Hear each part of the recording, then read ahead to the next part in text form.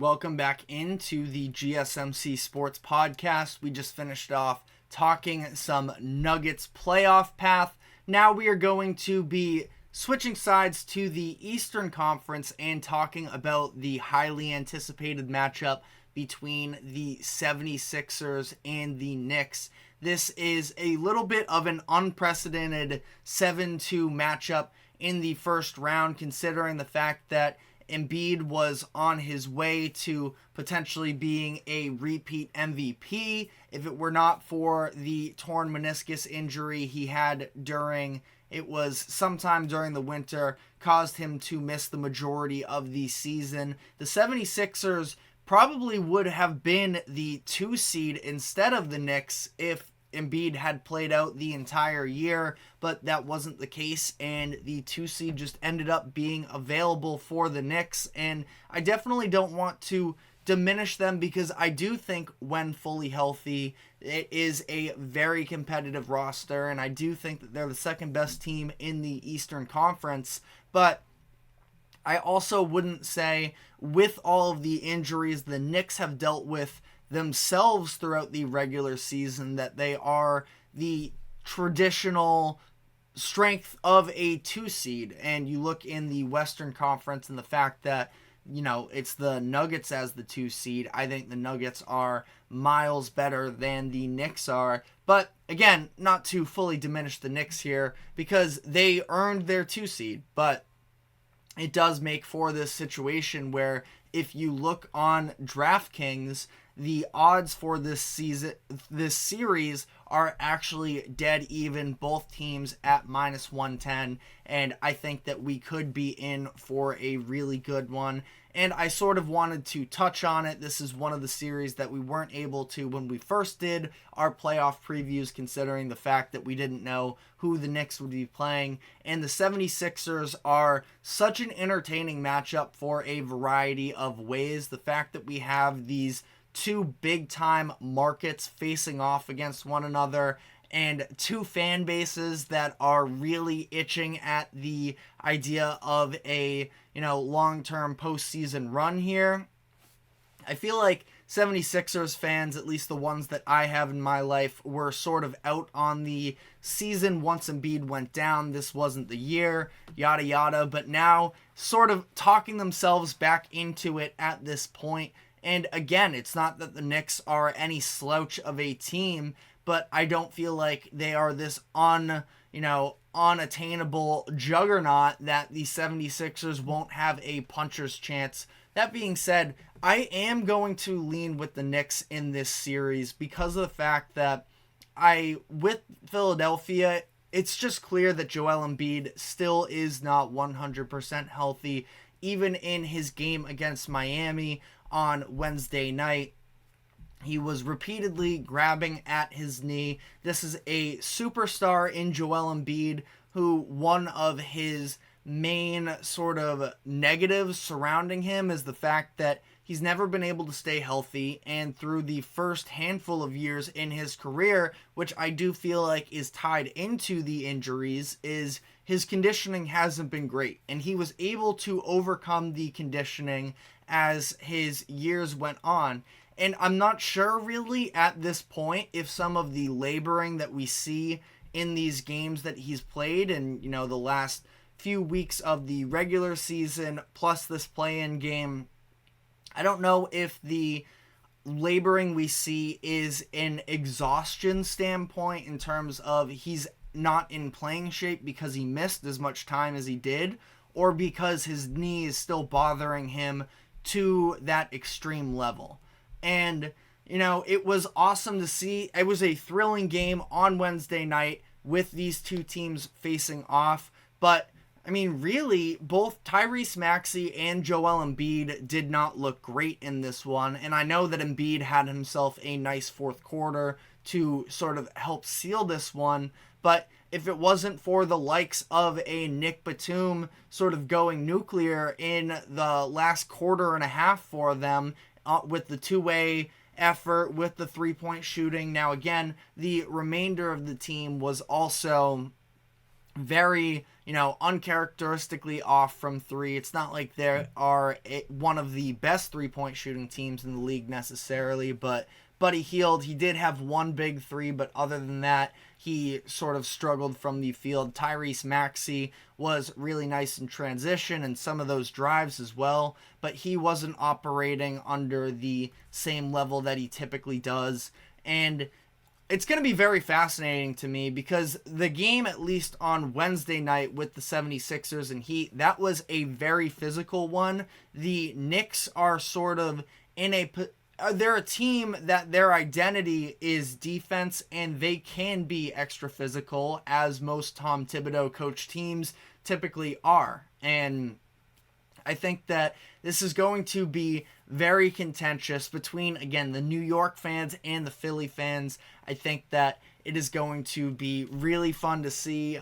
Bill Simmons mentioned in a podcast recently the out loud groans we're going to hear in Madison Square Garden when Joel Embiid does draw his fouls, as he always does, will be very interesting. It's just going to be funny, I think, the reactions of the Knicks fans seeing how it feels on the other end. Not that they're necessarily a foul baiting team. I do feel like Jalen Brunson is very crafty. I wouldn't say he's, I know the term that's thrown out a lot is a free throw merchant. I wouldn't consider him that, but he does definitely know how to sort of, and with, again, patience and IQ, he does it in a smart way, not a cheap way where he's, physically going out of his way to do anything that I think is considered loophole-ish, but he knows how to put opposing teams in compromising positions. And I just feel like there's going to be, I don't want to say a level of toxicity, but it's just going to be a very entertaining series. And this is a situation here for the 76ers where, to some degree, they are lucky to almost be in this position. The fact that Joel Embiid was able to come back, they luckily didn't have that much competition in the play-in tournament and around there that the teams in the Western Conference had, where really from the 6th seed down through, I'd call it the 8th seed really, was, and 9 seed probably even as well, was very contentious in terms of figuring out that playoff seeding. There was an extra juice to the end of the regular season for them. That wasn't so much the case in the Eastern Conference because Chicago and Atlanta were both so far back, but Philadelphia still treated it like it really meant something. They were trying to pull themselves out of that catch up to Indiana, and they came close. And that whole time I was saying that isn't necessarily the priority. It's just making sure Joel Embiid is okay. And they sort of accomplished both because no, they didn't work their way out of the play-in tournament. They still won the last 8 games of the regular season, I believe it was, and put themselves in a position where, it would have been really interesting. I mean, obviously, with the news surrounding Giannis, it would have made a difference if they were able to get to that 6th seed.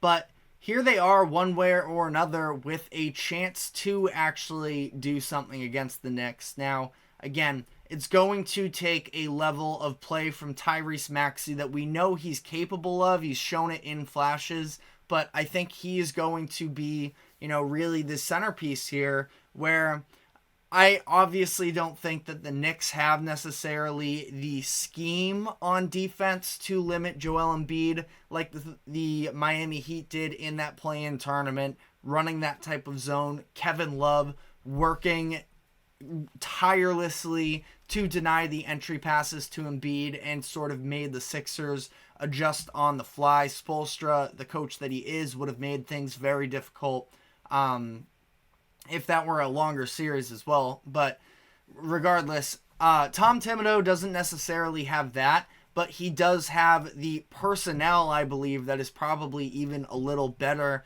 than Miami in terms of throwing different defensive looks with the different types of rotations they can run out there with Isaiah Hartenstein and Mitchell Robinson in the front court from the center position. OG Anunoby, of course, an undersized player that is more than capable of guarding the 5, and could be an interesting matchup that they throw out there as well. Some of their guards as well, just in terms of being able to dig down in a double team and apply some pressure with Josh Hart, with Dante DiVincenzo, and to some degree Jalen Brunson as well, should be a very and I didn't even mention Deuce McBride in that same category as well, where I think he's more than capable of being a physical defender, and those same physical defenders are going to be on the other end attacking Tyrese Maxey. I really, as awesome as the moment was, you're not going to be able to get a 20-point per game version of Nick Batum. He averaged 5 points per game during the regular season. Now, can he just be a reliable three-point shooter? That's all they can really ask for. They're going to need more from Buddy Hield as well to be able to space things out. Again, that Wednesday matchup, I know I keep going back to it here, but that was a pretty ugly offensive performance on both ends of that one. Now, granted, Miami, like I gave them credit for, was running a tremendous defensive scheme to sort of throw off Philadelphia's game. And now, removed from that, can Philly's offense operate in the half court more? We saw them do it in the second half of that game, so I'm definitely not saying it's impossible by any means. But I think that, all in all, this, whether or not I think the Knicks are going to win, I don't think it's going to be easy for them necessarily. Now, again, being even odds, that does sort of tempt me, because I would say I'm fairly confident in the Knicks being able to win, but it's definitely not a lock by any means, and there is a reason that the odds are this close. I think that the public also, to some degree, loves Joel Embiid and so much that he is a mismatch problem for any type of matchup he's up against. But I think the Knicks also have the types of players available to be able to disrupt them to a certain degree. But let me know what you think about this series in the comments section. Ultimately, I think I'm going to go Knicks in 6, but let me know what you think for sure as we wrap this segment up, and we will be headed into our second break of the show, where when we come back, I want to look at some of the greater trends here with the first round matchup and the upcoming weekend ahead. So stick with us and we will be right back.